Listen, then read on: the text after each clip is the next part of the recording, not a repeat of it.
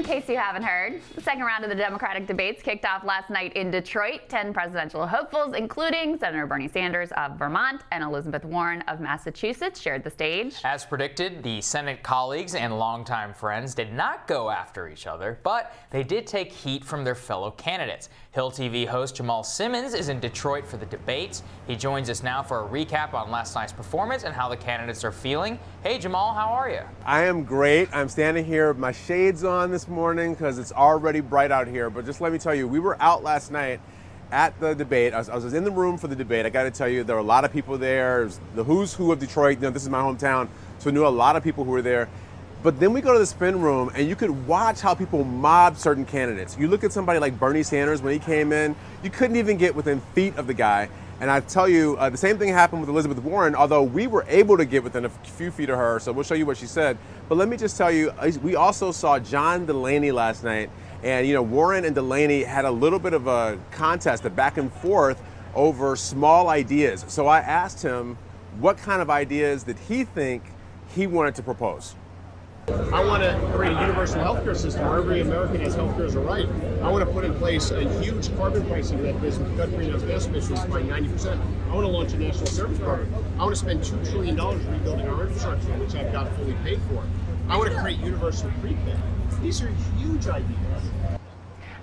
Jamal, what did you think of Delaney being such a central focus point in this debate last night?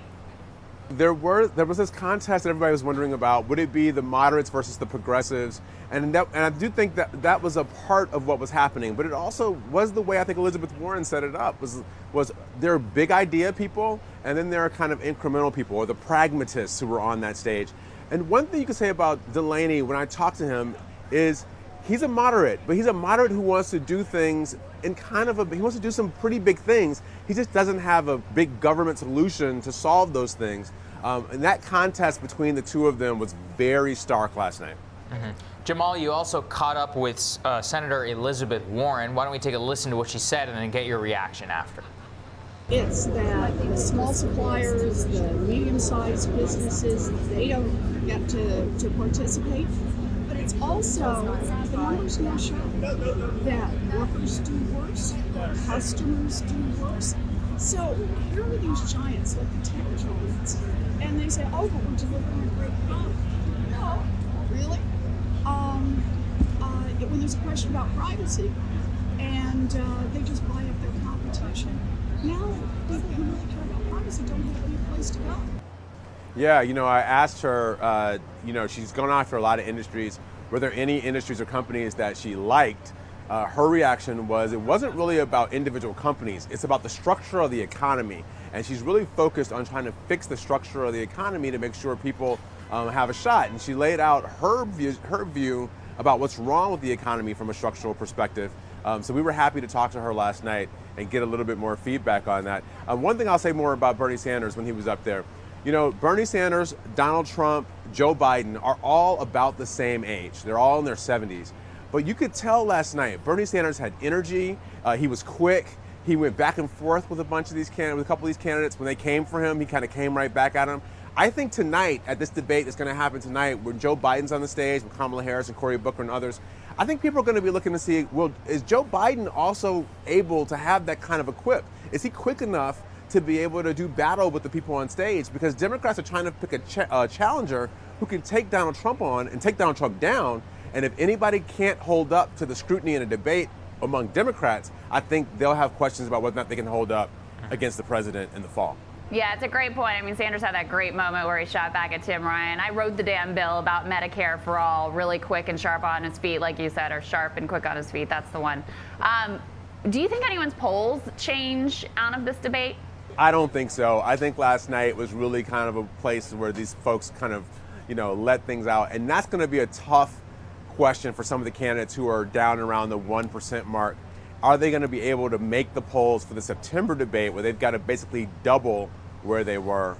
We also talked to Tom Perez last night, the chairman of the Democratic National Committee, and I think he is looking forward to, winnowing this down a little bit and getting, seeing whether or not these candidates can really get enough to get up on stage at the next debate. So we'll see. Are they going to raise money? Are they going to have popular support? That's what the Democrats have decided they're going to use as measurements, and we'll see who makes it. Well, what else are we going to see for tonight, Jamal? What do you think that what are the conditions that have been set from last night that tonight is going to have to live up to, other than Joe Biden actually showing us that he has some energy? Well, one thing that happened last night was that people walked out and they name-checked each other from the beginning. I mean, John Delaney called Elizabeth Warren and Bernie Sanders by name as soon as he got his chance to go up on stage. I'm very curious to see whether or not Cory Booker does that tonight. Listen, Cory Booker's been hovering around a 2% mark for a long time. He's looking for a way to break out. He's kind of signaled that he's willing to take on Joe Biden if he has to.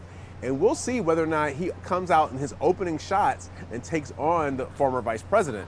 It could also be true that Kamala Harris, I think everybody's waiting to see whether or not she's going to take on the former vice president again. But she might decide that she's going to take a different tack tonight and let Cory Booker do some of that dirty work. Yeah, well, and to your point, Biden gets a lot of his support from African-American voters. He's going to be on stage with every non-white candidate who is in the race tonight. So do you expect race to be a central focal point? Yeah, immigration came up last night in the debate for a minute. I think these issues about race and culture are going to come up again, mostly because the president won't stop. How can they have a debate tonight and not talk about Baltimore? How can they have a debate tonight and not talk about Elijah Cummings and how the president came for the squad, AOC? Rashida Tlaib, by the way, was in the debate hall last night. Got a chance to see her for a second. She didn't have anything she wanted to say on the record, but a lot of people were coming up to her, giving her hugs and telling her they were with her. So I think race is going to matter tonight when they get up on that stage.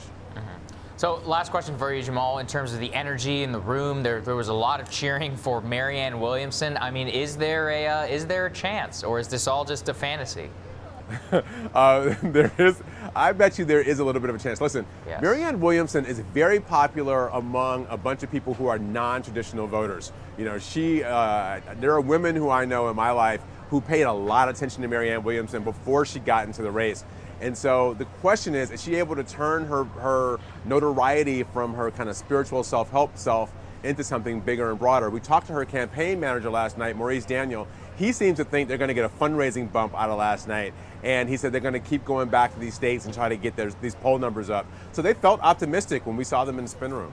Yeah, I think that makes sense. She got a lot of applause in the room. She had actually, in terms of talking about racial tensions in the country, I think she had some of the best and most stirring moments of the debate, talking about what happened in Flint wouldn't have happened in the majority white area where she grew up. So it's going to be interesting to see if the polls show a little bit of a bounce there for Marianne. Jamal, thank you so much for your analysis. We can't wait to see what you bring back for us tonight. Make sure to check out the Hill's YouTube page for Jamal's Why You Should Care show. He'll have even more boots on the ground coverage from the Democratic primary debates. Next on Rising, journalist Elizabeth Spires theorizes why Nancy Pelosi is avoiding beginning impeachment proceedings. And the Damage Report host, John Iadarola, tees up night 2 of the Democratic debates with us. Will Biden be exposed again? Our conversation when Rising returns.